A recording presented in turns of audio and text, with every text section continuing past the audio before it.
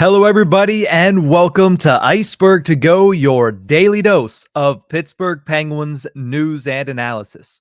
You can find us on YouTube at Inside the Penguins or anywhere you get your podcasts from. The calendar flips from May to June at the end of today, and with that comes a little bit more of the NHL offseason. It's starting to heat up where we need to talk about some free agent options for the Pittsburgh Penguins as we are 1 month away from the opening of unrestricted free agency. And there's one player that has been rumored to be coming to the Pittsburgh Penguins on a couple of different occasions. The most recent of which was at the NHL trade deadline as part of a rumored Jake Gensel trade package in a 3-team trade, and that's Jake DeBrusk. When I look at a guy in Jake DeBrusk who's going to be an unrestricted free agent here in about a month, I find him as a really solid fit for the Pittsburgh Penguins. He's entering free agency as a solid middle six winger, but he's somebody that in my eyes could probably play up on the top line if need be with a guy like Sidney Crosby. Now, this past season, DeBrusk took a step back offensively, scoring 19 goals and 40 points in 80 games played. But the big thing about DeBrusk is he stepped up in the postseason this year for the Bruins. He scored 5 goals and 11 points in 13 games played, and he was one of the top guys in that first series for the Bruins as they were able to take down the Toronto Maple Leafs. Now, when you look at DeBrusk, he has a proven track record. He's a 3-time 20-goal scorer in this league. He's topped out at 50 points, and that was last season in 2022-23. But he's also known to be a solid 200-foot player. So he mixes and matches with what Mike Sullivan wants as far as guys that are going to play the middle six on the wing. He's played the penalty kill. He's played the power play. He's played at 5-on-5. He's a guy that can fit in a lot of different situations for the Pittsburgh Penguins. But there are two pretty big issues when it comes to Jake DeBrusk. One is his consistency. Sometimes he can go on pretty long cold stretches, and that is something that hurt the Pittsburgh Penguins this past season with their wingers. Rickard Rakell being one of the biggest, examples of that. 0 goals in his first 17 games played. Then he goes on the shelf. Then he comes back and scores, I believe, 5 goals in the next 6 or 7 games played. Then he goes on another goal-scoring drought. Then he picks it up again. Then another goal-scoring drought. Then he picked it up again towards the end of last season, where we did see him play some of the best hockey we've ever seen him play alongside Evgeny Malkin, whereas in the past, it had all been Rakell with Crosby when Rakell was at his best. So it was nice to see him play well with Evgeny Malkin, but there was inconsistency in his game throughout the season. If you go back a little bit further, that was something that plagued Jason Zucker, who was a 5-time 20-goal scorer when he came to Pittsburgh, and yet it took him a couple of seasons to finally hit that mark once again with the Penguins, and by then, it was too late. He was going to be an unrestricted free agent, and instead he ended up signing with the Arizona Coyotes at last year's free agency. So Jake DeBrusk does have some of those similar issues. He does have some issues with consistency that he needs to figure out, and who knows how that would work with the Pittsburgh Penguins being a team that, plays a similar style to the Boston Bruins, but at the same time, it's Jake DeBrusk going from one team he's played with for his entire career to a completely new system, and you have to expect, as we saw last season, there to be a little bit of a slow ramp-up period for a new winger, especially if he's playing with a guy like Evgeny Malkin, especially if he's playing with a guy like Sidney Crosby. And I think, and we'll talk about it here in a minute, if he comes to the Penguins, that's where he's likely going to start next season. The other big problem with this being a top target for the Pittsburgh Penguins is Boston ready to let him go?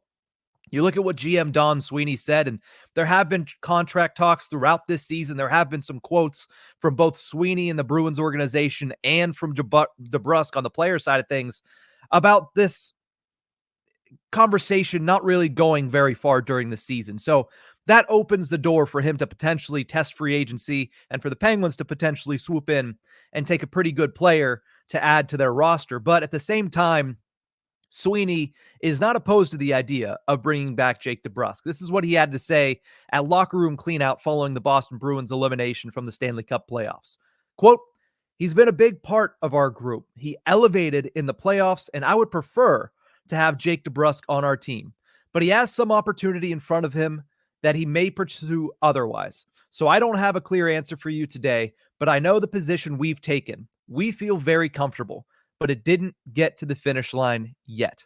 The Boston Bruins have a lot of cap space going into the offseason. They have upwards of $20 million at their disposal this summer. And when you look at their free agents to be, Jake DeBrusk is the top name not named Jeremy Swayman. Swayman's obviously the biggest name there, but they do have some money to throw around. And if they do want to bring back Jake DeBrusk, they have plenty of cap space by which to do so. And that brings us to the next part of this. What's Jake DeBrusk going to cost, right? He's coming off of a 2-year deal where he made $8 million, 4 years per season against the NHL salary cap. You're likely looking, in my opinion, at something similar to what we saw Brian Rust sign for a couple years ago. Something similar to what we saw Rickard Rakell sign for a couple of years ago. I think the years on it might be a little bit lower because I feel like there's a chance that Jake DeBrusk wants to maybe get a 4-year deal in to where he's going to be, I believe he's 27 now, where he's going to be 30 or 31 and he can cash in one last time. So I feel like you might be able to get him for that 4 to 5 year range, somewhere around $5 to $6 million. And you might say, well, why are you going to pay Jake DeBrusk more than you're paying a 30-goal scorer, or at least somebody that scores at the pace of 30 goals in Brian Rust? Simply because that's where the market's gone in the 2 years since Rust signed that deal. So I think he's probably going to land somewhere between that 4 to 5 years and somewhere between that $5 to $6 million. And if you're the Pittsburgh Penguins, I feel like that makes a lot of sense. And I understand. One of the issues last year where they had a lot of those middle tier wingers at $5 million that didn't really fit the bill. And they only have about $9 million left in salary cap space if you elevate some of the players that they signed at league minimum earlier this month. But I do think there's a good chance, and we talked about it yesterday on the tip of the iceberg, there's a good chance the Penguins move on from Reilly Smith. And if they do so, then that $5 million opens right up. And if you can insert a guy like Jake DeBrusk, who I think fits the Penguins mold a lot better than Reilly Smith did coming into last season, I think it's a pretty good trade-off for the Pittsburgh Penguins. And it doesn't significantly change what you're looking at as far as your salary cap and what you're spending for forwards versus defense at this stage of the season. So that leaves one last thing to talk about. If the Penguins are able to go out and get a guy like Jake DeBrusk, where does he fit? Well, in my eyes, he falls right in line on the left side because he can play both sides, but I think he falls in line on the left side with a guy like Michael Bunting and Drew O'Connor. Those three are going to be your top three. And when I look at those three, I feel like Jake DeBrusk should get the first opportunity to start in the top 6 over Drew O'Connor, simply because I think Drew O'Connor has the opportunity to exploit some better matchups as a bottom 6 player. He has an opportunity to elevate the bottom 6 on every level, not just defensively, but offensively as well. So my personal belief is the Penguins need to go out and bring in somebody to bump O'Connor down the lineup, at least at the start. And I think DeBrusk fits that bill. And I think when you look at who could play where, I'm not separating Michael Bunting and Evgeny Malkin, at least early next season. I'm starting with that in first place. But that leaves Jake DeBrusk, Sidney Crosby, and Brian Rust as your first line.